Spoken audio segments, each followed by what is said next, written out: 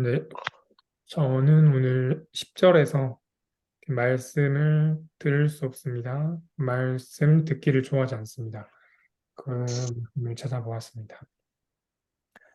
오늘 본문도 하나님께서 예레미야를 통해서 유다 백성에게 경고하시는 말씀입니다. 이방 왕들이 예루살렘을 침략해서 심판을 받을 것이라고 경고하셨습니다. 그런데 이 예루살렘이 가지는 이름의 의미가 평화의 도시라는 의미를 가지고 있습니다. 그런데 반대로 그 도시 안에는 탄압이 자행되고 있고 폭행과 파괴하는 소리가 도시 안에서 들린다라고 합니다. 이름에 걸맞지 않습니다. 그래서 하나님은 이 도시를 심판하고자 하십니다. 그런데 하나님은 이 심판을 경고로 받아들이라고 하십니다. 받아들이지 않으면 하나님의 마음이 떠날 것이라고 합니다. 그 말은 이 심판이 하나님의 마음이 떠난다는 것을 말하지는 않는다는 걸 말합니다. 그러니까 심판이 있음에도 하나님의 마음이 아직 떠나지 않았다라고 합니다. 그러니까 희망이 있습니다. 그래서 경고를 받아들이고 하나님께로 돌아갈 수 있는 상황입니다. 하나님께서는 돌아오기를 바라고 계십니다. 우리 이어서 예레미야와 하나님의 대화가 이어집니다. 예레미야 선지자가 하나님께 말씀드리기를 유다 백성은 자신이 하는 경고를 듣지 않는다라고 합니다. 하나님이 전해주신 말씀을 듣지 않는다라고 합니다. 듣지 않습니다. 오늘 본문에서는 귀가 막혀서 듣지 않는다고 합니다. 말씀 듣기를 좋아하지 않기 때문에 듣지 않는다라고 합니다. 말을 우리가 누군가에게 할 때 상대가 듣지 않았던 경험이 있으신지 모르겠습니다. 그때 이 사람이 듣는 둥 마는 둥 할 때 마음을 한번 이렇게 생각해 봅니다.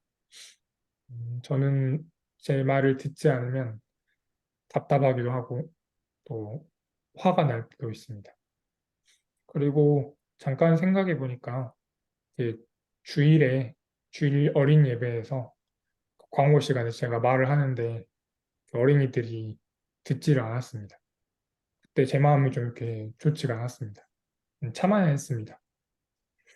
음, 그런 생각을 가지고 이렇게 하나님의 말씀을 제가 들었느냐라고 이렇게 돌아볼 때 저도 그 친구들처럼 듣지 않았던 것 같습니다.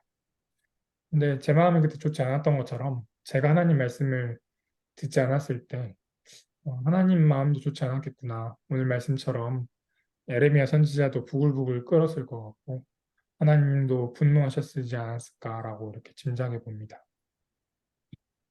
음, 이렇게 말씀을 그래서 적용해 봅니다. 귀가 막혔다면 귀를 들리게 해주시기를 구하고요.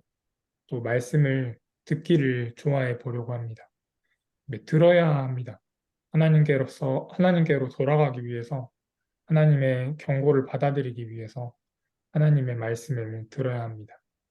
오늘 하루는 듣지 않았다라는 그 이스라엘 백성을 기억하고 하나님의 말씀을 듣는 오늘 하루가 되었으면 좋겠습니다. 기도하겠습니다. 하나님 감사합니다. 오늘 말씀을 보게 해주셔서 감사합니다.